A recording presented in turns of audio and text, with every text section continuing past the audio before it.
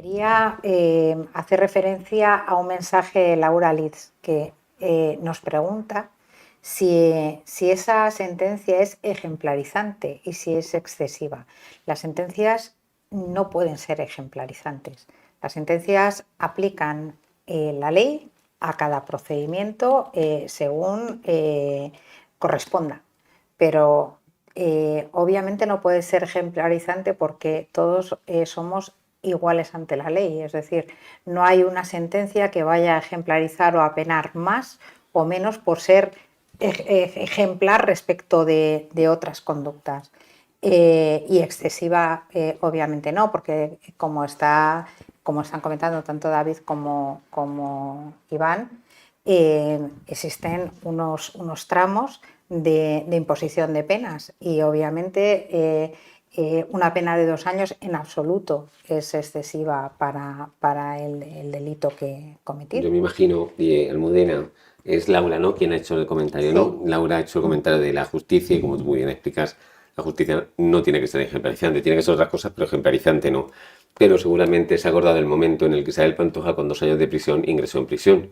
No tiene antecedentes penales y con 2 años es potestativo del juez que entre o no. Entonces, otra persona que no hubiese sido Isabel Pantoja, yo la cabeza del juez en aquel momento no estábamos, yo pienso que no hubiera entrado. Es decir, de hecho, incluso si unos meses antes, cuando María José Campanario, yo hablo de aquellos casos que posiblemente comentes tú por eso de ejemplarizante. María José Campanario, que estuvo condenada a 19 años de prisión por el tema de la seguridad social con su madre, no entró en prisión. Si hubiese sido después de Isabel Pantoja, tampoco lo sabemos, pero que ejemplarizante, me imagino que es porque conoce muchas, ha visto televisión o ha leído prensa del corazón, y en ese caso, sobre todo algunos periodistas mal informados, hablaban de que la justicia tenía que ser ejemplarizante. No, la justicia no tiene que ser ejemplarizante, pero cuando le cayeron en sus manos ese tipo de sentencias a gente que el derecho lo vende de un libro lejano, pues hablaban de ejemplarizante, pero no como dice Almudena.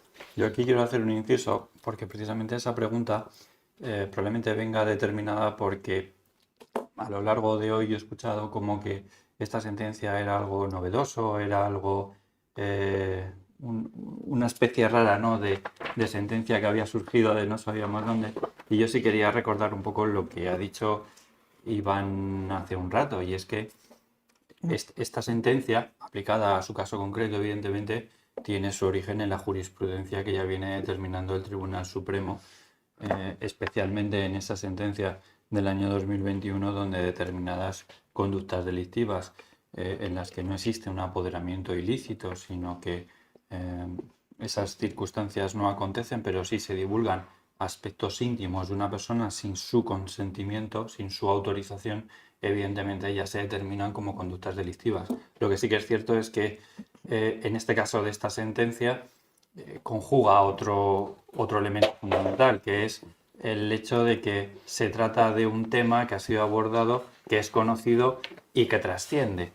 Pero el hecho de que trascienda no la convierte en algo raro, sino que viene determinada por la jurisprudencia del Tribunal Supremo. Y sí que quería hacer esa puntualización porque cuando viene determinada por la jurisprudencia no puede ser ejemplarizante porque no es distinta a otros supuestos. Yo desde lo que he podido leer, desde luego me parece que es una sentencia que está muy bien motivada, es decir, que está muy bien justificada. Me ha pasado, en un momento me ha recordado aquella sentencia de Antonio Di Flore de lo laboral con lo juzgados de lo social, es decir, que estaba muy motivado.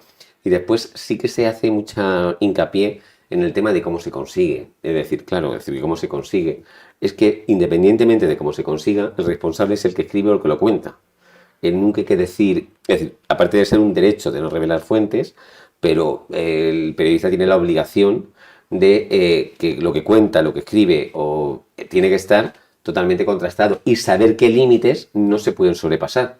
Que se lo ha dado el funcionario de justicia es que da lo mismo. Es decir, que no se tiene que justificar y aparte que no te va a apoyar en ningún momento quien te lo haya contado o como te lo han contado. Es decir, que el responsable último es el que escribe o el medio en el que escribe, si es solidario. Bueno, a esto yo creo, y ya por dar una última pincelada a esto, creo que esta cuestión entra mucho en la defensa que se hace en algunos casos de estos procedimientos sobre la fuente, ¿no? el resguardarse en la fuente periodística, la fuente. No. Aquí se acaba la fuente. Es decir, aquí el periodista, el redactor, el presentador tiene que determinar cuáles son los límites de la intimidad de las personas, sea o no, haya participado o no en la obtención ilícita o no. Da exactamente igual, tiene que determinar los límites. La propia sentencia determina claramente que, oiga, da igual, aquí no hay dolo, es un resultado. Es decir, si se ha vulnerado la intimidad, se ha vulnerado la intimidad. Bien, no requiere ese ánimo específico de vulnerar la intimidad. Y a esto también es importante, y lo es importante en otros procedimientos, es decir, está, como bien dices, está sancionado quien publica, quien hace público esa violación en la intimidad, pero también los que ceden. Es decir, el apartado 3 se impondrá la pena de 2 o 5 años si se difunden, revelan o ceden a terceros los datos. Es decir, en una cadena de medios de comunicación puede haber un redactor que obtiene el dato, pero al cederlo, lo puede ceder a otro redactor y este segundo redactor a un tercer redactor que es el que lo publica.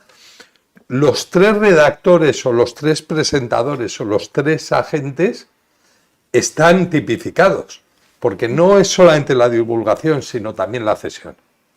Es decir, hombre, aquí los redactores o a quien esté en medio de esa cadena, más que, oiga, yo me refugio en mis secretos de fuentes, lo que pueden alegar es, oiga, yo hago una obediencia debida, yo no cedo nada, a mí me piden que haga una gestión, pero no es una gestión periodística, yo hablo por mandato.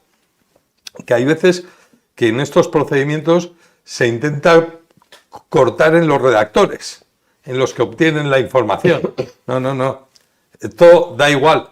Los redactores esos quizá podrían ser los menos responsables penales si acreditan que están actuando en una obediencia debida, que hacen como intermediarios por falta de tiempo, demás. Pero si hay una cadena de redactores, de presentadores, de periodistas, la cesión entre ellos es revelación de secretos. Y yo creo que es un punto, la verdad, muy, muy significativo de no importa, no se determina cómo se ha conocido eso. También, y antes de comenzar el directo, os contaba cosas que yo he vivido en televisión y donde se produce un cambio, que es un cambio importante porque muchos de nuestros espectadores se van a acordar. Hace un tiempo era delito sacar una imagen o contar algo de algo que pertenecía al mundo privado de una persona. Por ejemplo, antes se decía en televisión, yo tengo unas fotografías que si las viese Iván, pero es que no las puedo sacar, pero yo las fotografías las he visto, creedme a mí, porque yo esas fotografías las tengo, porque aparte lo ha visto mi prima, mi compañero, el otro. Llegó un momento en el que, claro, se estaba anunciando que se podía cometer un delito. Hay un momento en el que todo eso cambia y ya es delito el decir que tú lo has visto o que tú lo tienes. Es decir, ya no se dice yo he visto unas imágenes o yo tengo pero no las puedo sacar.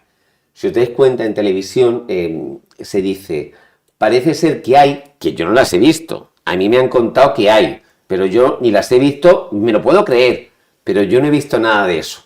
Entonces, ese punto es ese cambio porque, claro, durante muchos años se jugó yo lo tengo pero no lo puedo sacar. Claro, es decir, pero si no puedes sacar es algo porque es algo que es delictivo. Pero yo sí la he visto y yo lo tengo. Y aparte se jactaban en ir enseñándolo en el plató esas imágenes que podían ser, bueno, delito era porque no se podía publicar porque era un sitio privado. Y utilizaban eso. Pues ahora ya tampoco se puede decir. Y os daros cuenta, y digo, cuando veáis ese tipo de informaciones, siempre dirán, parece ser que hay, me han contado, pero yo no he visto nada, pero siempre yo no he visto nada o yo no tengo nada. Sí, no, y por último, este tipo penal, que está muy bien construido, lo que he intentado poner fin es que a los periodistas o a ciertos periodistas y por los medios se les coja como chivos expiatorios. Es decir, oye, tú te refugias en tus fuentes, tú asumes la responsabilidad y la cortamos en algún periodista, ¿no? Y este tipo penal, en este sentido, lo que quiere evitar es eso, ¿no? Sanciona la divulgación y también la cesión.